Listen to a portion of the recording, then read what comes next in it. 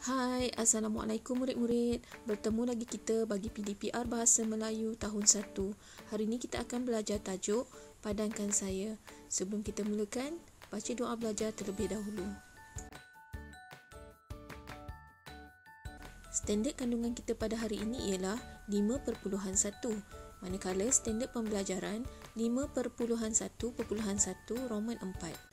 Objektif pembelajaran kita yang pertama ialah murid berupaya untuk menyenaraikan sekurang-kurangnya 4 nama objek bagi penjodoh bilangan dengan betul. Objektif pembelajaran yang kedua ialah murid berupaya untuk membina sekurang-kurangnya 3 ayat dengan betul berdasarkan penjodoh bilangan. Baiklah murid-murid, sila bersedia dengan buku teks Bahasa Melayu, buka halaman 35. Hari ini kita akan belajar tata bahasa penjodoh bilangan. Tajuknya, Padankan Saya. Mari kita baca bersama-sama. Murid-murid kelas tahun 1 Gemilang hendak membuat projek penanda buku.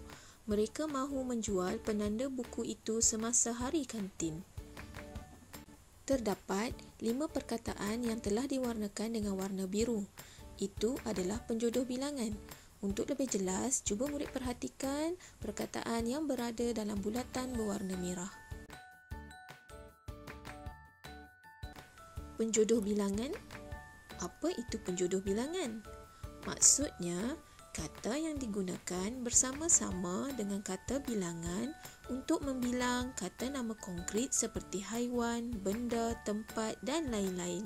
Untuk penerangan lebih lanjut tentang penjodoh bilangan, murid boleh rujuk bahagian bijak bahasa dalam buku teks kamu halaman 35 tadi. Sekarang ini, mari kita senaraikan penjodoh bilangan yang kita kenal pasti dalam buku teks halaman 35 tadi dalam bentuk peta buih.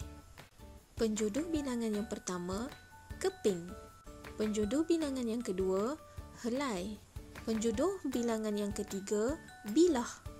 Penjodoh bilangan yang keempat, buah. Penjodoh bilangan yang kelima, biji. Penjodoh bilangan yang terakhir adalah batang yang cikgu ambil daripada buku aktiviti kamu. Baiklah murid-murid, berikut adalah 6 senarai penjodoh bilangan yang telah dikenal pasti daripada buku teks dan buku aktiviti Bahasa Melayu kamu. Penjodoh bilangan keping digunakan untuk membilang benda-benda yang nipis. Jom kita kenali apakah benda-benda tersebut. Sekeping papan, sekeping roti, sekeping biskut dan sekeping kadbod. Ini adalah contoh yang telah diberikan di dalam buku teks kamu. Mari kita baca ayatnya. Aileen melukis bentuk penanda buku pada sekeping kadbod. Penjodoh bilangan helai digunakan untuk membilang benda-benda yang nipis dan lebar. Mari kita kenali apakah benda-benda tersebut. Sehelai baju, sehelai daun, sehelai selendang dan beberapa helai benang bulu. Ini adalah contoh dalam buku teks. Mari kita baca ayatnya. Prema mengikat lubang itu dengan beberapa helai benang bulu. Penjodoh bilangan bilah digunakan untuk membilang benda-benda yang tajam. Jom kita kenali apakah benda-benda tersebut. Sebilah pisau, sebilah keris, sebilah kapak dan sebilah gunting. Ini adalah contoh dalam buku teks. Mari kita baca ayatnya. Bikin menggunting bentuk itu dengan sebilah gunting. Penjodoh bilangan buah digunakan untuk membilang benda-benda yang tidak tentu bentuk ataupun saiznya. Jom kita kenali apakah benda-benda tersebut. Sebuah kereta, sebuah rumah, sebuah beg dan sebuah penebuk lubang. Ini adalah contoh dalam buku teks. Mari kita baca ayatnya. Rina menebuk lubang yang digunting dengan sebuah penebuk lubang. Penjodoh bilangan biji pula digunakan untuk membilang benda-benda yang bersaiz kecil.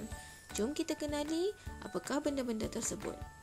Sebiji telur, sebiji nangka, sebiji apple dan beberapa biji labuci. Ini adalah contoh dalam buku teks. Mari kita baca ayatnya. Mereka menghias penanda buku itu dengan beberapa biji labuci. Penjodoh bilangan batang digunakan untuk membilang benda-benda yang panjang. Jom kita lihat apakah benda-benda yang panjang. Sebatang lilin, sebatang pensel, sebatang kapur dan sebatang tiang lampu. Mari kita baca contoh ayatnya. Sebatang tiang lampu itu telah condong. Ayat-ayat yang kita baca bersama penjodoh bilangan tadi adalah cara-cara untuk membuat penanda buku. Jadi, mari kita membaca bersama-sama sekali lagi. Aileen melukis bentuk penanda buku pada sekeping cardboard. Bikin menggunting bentuk itu dengan sebilah gunting.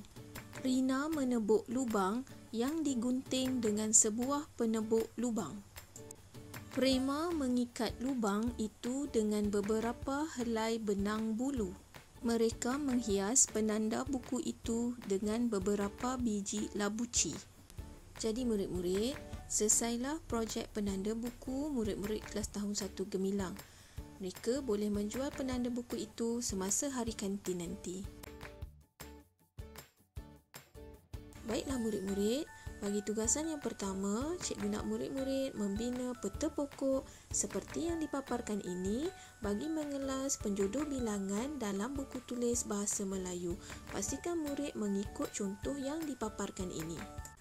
Terdapat 6 penjodoh bilangan. Bagi setiap penjodoh bilangan, murid perlu menyenaraikan 4 lagi nama objek yang sesuai. Cikgu telah berikan satu contoh bagi setiap penjodoh bilangan.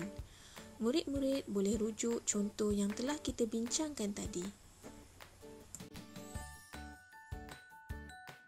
Seterusnya, bagi tugasan yang kedua, cikgu nak murid-murid lengkapkan buku aktiviti Bahasa Melayu halaman 40.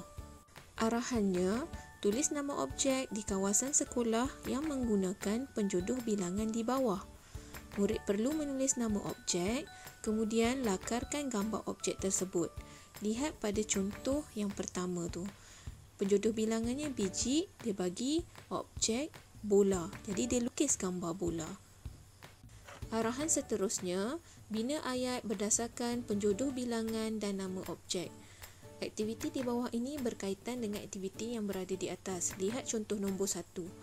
Ada 10 biji bola di dalam stor sukan. Ayat ini berdasarkan penjodoh bilangan biji dan juga gambar bola. Murid juga boleh menggunakan gambar yang telah kita bincangkan semasa pembelajaran tadi. Pelajarilah adab sebelum mempelajari suatu ilmu. Ungkapan Imam Malik radhiyallahu an. Dalam menuntut ilmu, sangat penting untuk kita menjaga adab agar ilmu yang kita dapat akan diberkati. Jadi murid-murid, mari kita bersama-sama menjaga adab dalam menuntut ilmu. Berjumpa lagi kita pada PDPR yang akan datang. Assalamualaikum. Bye.